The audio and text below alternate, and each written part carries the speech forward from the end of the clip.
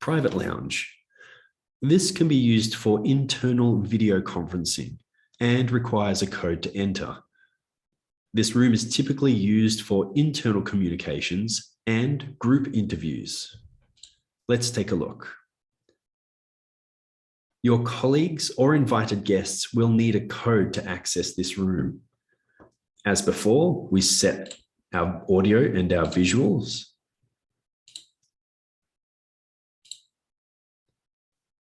Select join.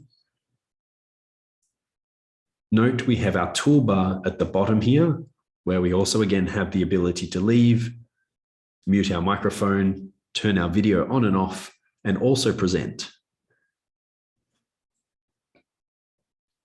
Now I've provided the access code to my colleague so that he can access this room, and we can use this to have a private conversation, or if I have multiple colleagues that want to invite a guest in, we can provide that code to a guest so they can come in, go ahead, and there we go.